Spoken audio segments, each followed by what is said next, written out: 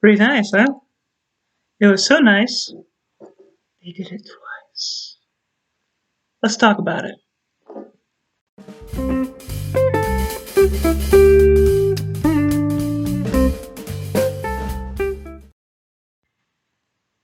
Oh, I didn't watch the first game. We got 4 runs in the first against Clayton Kershaw. Now, don't get me wrong. Our offenses looked better. We'll get to that in a second. But in general, in the last handful of games, for all the ups and downs that they have been, our offense has improved. They have. They've improved. We got 4 runs in the bottom of the first. Bottom of the first. And we got 2 more on a wild pitch in the third. I'm just thankful. Thankful as can be that our defense kept up with the offense in that first game. Because that's what was going to set the tone. After losing like we have, having games like we've had, it's been a mess. It's been a real mess. Up and down, left and right, nothing's consistent, nothing's making sense or staying to a rhythm. We managed in a regular 9-inning game to score 12 runs and still lose on Sunday. We go into this series right in the thick of third for the division. Finally, we can pass those Pirates and maybe even pass another team while we're at it. We have 2 chances. In the first one, we jump out and we take it. And you know what? You know what else is helpful about that first game? One pitcher. Hendricks, you killed it. That offense jumping on Kershaw, knocking him out of the game early really helps, but a whole 7-inning performance by him. Incredible work. We get it over in relatively. It didn't seem to take that long for it to go, and then we wait for the nightcap. Because the nightcap being already scheduled, already penciled in for a specific time, already on ESPN Plus for people who have that to click in and watch the marquee broadcast on there.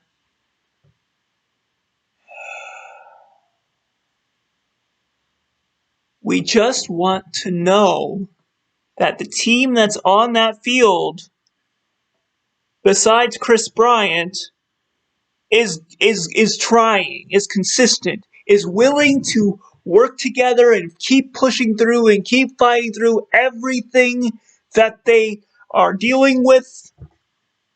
We know we're not the best team. We know that.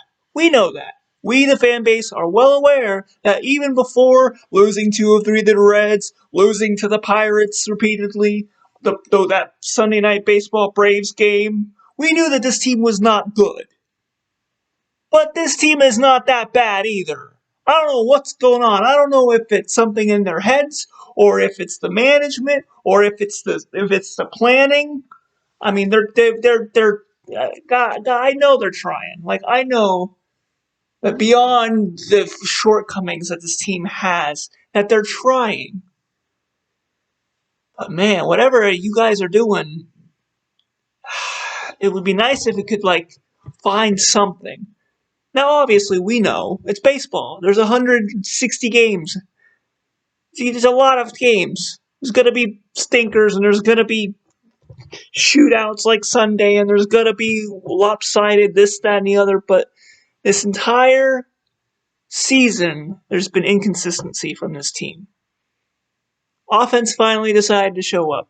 We didn't even need it on Saturday in beating the Reds. But besides that, we have proven that we can score runs, and we were finally, truly ready to show this team that we beat, the defending World Series champion team, with their defending masterful pitcher, knocked out in one inning, and then Trevor Bauer is going to be their second pitcher. We had already proved that we could do it. What was that second game? But encourage your man. They won. Yeah, great, wonderful. You want to rely on a home run every time that you're in a pickle. You want to rely on a home run. You want to go that route. Really? Really? I don't think you do. Don't get me wrong. We know this offense is getting there after getting shut out by the Braves twice. Holy cow, twice. Getting runs consistently is finally happening. Finally happening. But my goodness, before that tying home run and the hit and the hit that led to the winning, the hit that brought the run home, we were 0-20 with runners in scoring position. 0. We didn't even have combined in the first game that many runners in scoring position. We, the Cubs, were 0-20. They, counting the extra 2 innings, were 0-9. We were 0-20. In the 6th and in the 7th, the bases were loaded. What are you doing? What are we doing here? You got paying fans who are risking and who are taking time from their life to go to your field, Ricketts, that you own, Ricketts, and watch the product you put on the field, and this is what they get. The earlier compadres saw a 7-1 win, 4-0 lead, 6-0 lead, 7-0 lead, and then, you let in a run sometimes. It's okay. And they come in with more people watching because it's later and it's on television and not just your Richie Ditchy marquee sports network station, but it's on a broader audience. There's more people. And this is the product you present. I was like, I was watching from about the 4th inning on, and I was like, it's the Braves game all over again. By some miracle, you put out there, and I like this choice. Put out there a pitcher who never pitched an MLB game before. Never in his life pitched an MLB game before. And he did a good job. He did a fantastic job. 3 2/3 innings pitched, 2 hits, 2 walks, 2 strikeouts, nothing on his ERA. Clean slate. Not bad. You brought in brothers to clean up the inning. Smooth. Smooth as butter. For all the problems that pitching has caused, see the 13-12 game on Sunday. This game and the first game, pitching was phenomenal. In fact, the first game, having only Hendricks, allowed us to pull everybody we could. We had Brothers was out there, Tapera was out there, Chafin, Kimbrel, which you blew his save, thanks a lot for that. Maples, and then Steele gets the win. I mean, if it wasn't for the fact that Hendricks pitched that entire first game all by himself without any help or any stop or anything, we would probably would not be sitting here and talking about a doubleheader sweep. We wouldn't be talking about it because we would have lost.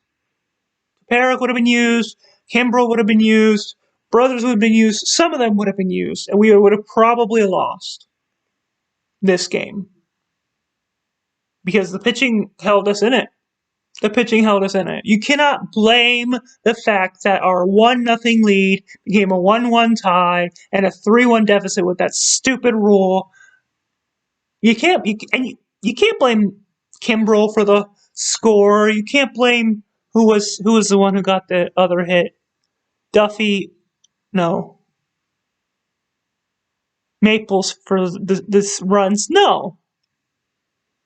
You were 0 for 20 with runners on second and third base. That's not counting the ones you left on first. There's, for the game, 13 total people left on base. 13.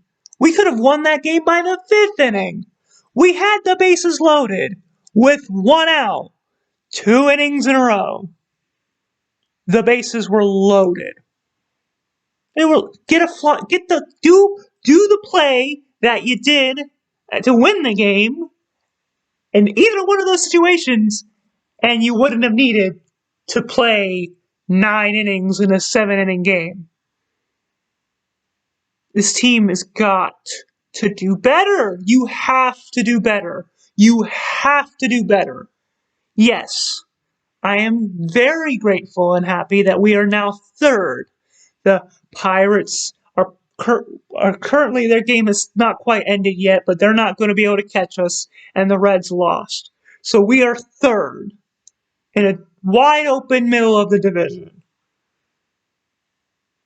And not only do we have the Dodgers again at home tomorrow, you get your day off on Thursday, and then you turn around and you get the Pirates in your house all weekend.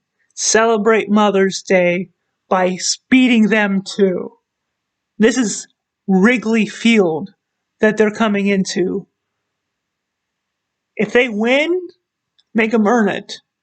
But the better situation would be to lose. This isn't hockey. You don't get a point for going into extra innings. It's either you win or you lose. What's it going to be, Cubs? You going to win? You going to win tomorrow? You going to sweep the World Series champion Dodgers? This is a good team. And yes, you beat good pitchers. You made Kershaw look foolish, the most foolish he's been in a long time. And you had your pitcher who hadn't started a game pitch better than Trevor Bauer. Good. What you gonna do tomorrow? What do you got planned? What's up your sleeve? What are you gonna do? What are you gonna do? Are you going to bring it home? Are you going to accomplish this task? You got Adbert out there tomorrow against Bueller. You're at home. This is not a drill. This is real life. We're about nearly a quarter of the way into this season. If you want to make something, you want to make noise beyond your pitching staff, Craig Kimbrel and Chris Bryant, now is when you start making that noise. That grittiness you showed at the end of the game. Yes, we're all going to talk about how you left the people on base loaded in the 5th or in the 6th and 7th or 5th and 6th inning. We're going to talk about that. We're going to talk about the fact that a lot of people are going to blame the pitching when you left 20 people on base in total. When you were 0 for 20 with runners in scoring position. My bad. We're going to talk about that. We're going to talk about the stupidness of these rules that the MLB put in place that do not need to be there. We'll talk about that too. But if you can continue to show the grit and determination that you did in those 6th, 7th, 8th, and 9th innings to keep the game going, to stay in the game, and to win it tomorrow and into the next stretch of the season, because you host Pittsburgh, you go to Cleveland, you should sweep the Tigers. Sorry, friends. And once you hit that Tigers game a week from Friday, you're not off for another week. So take advantage of that day. But right now, you got to beat those Dodgers. Beat the Dodgers. Sweep them. Let's have a 3-game winning streak. Let's have a full, clean sweep over one of the best teams in baseball. Let's do it. We are the Chicago Cubs. This is our time to make a statement. Who are you, Cubs and fans and friends? Are you in? This is the time to choose.